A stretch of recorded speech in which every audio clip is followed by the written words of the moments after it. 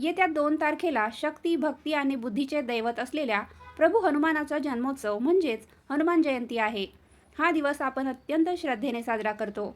पण बजरंग बलीला प्रसन्न करण्यासाठी शास्त्रोक्त पद्धतीने हनुमान जयंती कशी साजरी करावी याबद्दलची माहिती आज आपण या व्हिडिओमध्ये जाणून घेणार आहोत.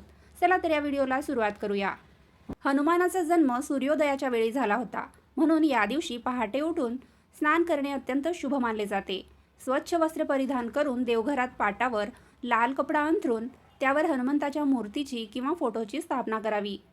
त्यानंतर मारुतीरायाला पंचामृताने अभिषेक करावा. हनुमानाला शेंदूर अतिशय प्रिय आहे, त्यामुळे त्यांना शेंदूर आणि तेल अर्पण करावे.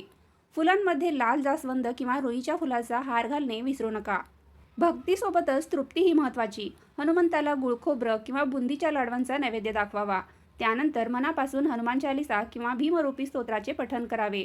जर वेळ असेल तर सुंदरकांडाचे वाचन करणे उत्तम ठरेल. लक्षात ठेवा, जिथे राम नाम आहे तिथे हनुमान सदैव वास करतात. त्यामुळे पूजेच्या शेवटी श्रीराम जय जय राम या नामाचा जयघोष करायला विसरू नका. सात्विक आहार आणि ब्रह्मचर्याचे पालन केल्याने या पूजेचे फळ अधिक मिळते. तर अशा प्रकारे या हनुमान जयंतीला आपल्या लाडक्या बजरंग बलीची सेवा करा. तुम्हा सर्वांना हनुमान जयंतीच्या खूप खूप शुभेच्छा. बोला बजरंग बली की जय.